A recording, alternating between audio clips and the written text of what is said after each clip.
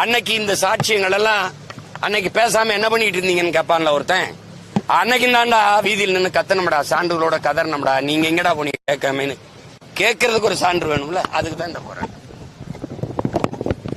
அதுக்குதான் இந்த போராட்டம். அன்னைக்கு சட்டசபையில் அம்மையார் ஜெயலலிதா அவர்கள் முதலமைச்சராக இருக்கும்போது இலங்கையில் நடந்தது இனப்படுகொலை தான், ராஜபக்சே கோத்தபாயெல்லாம் போர் குற்றவாளி, அவர்களை பன்னாட்டு நீதிமன்றத்தில் நிறுத்தி விசாரிக்க வேண்டும் என்று பதிவு செய்தது எங்களுக்கு வருங்காலத்தில் ஒரு ஆவணம்.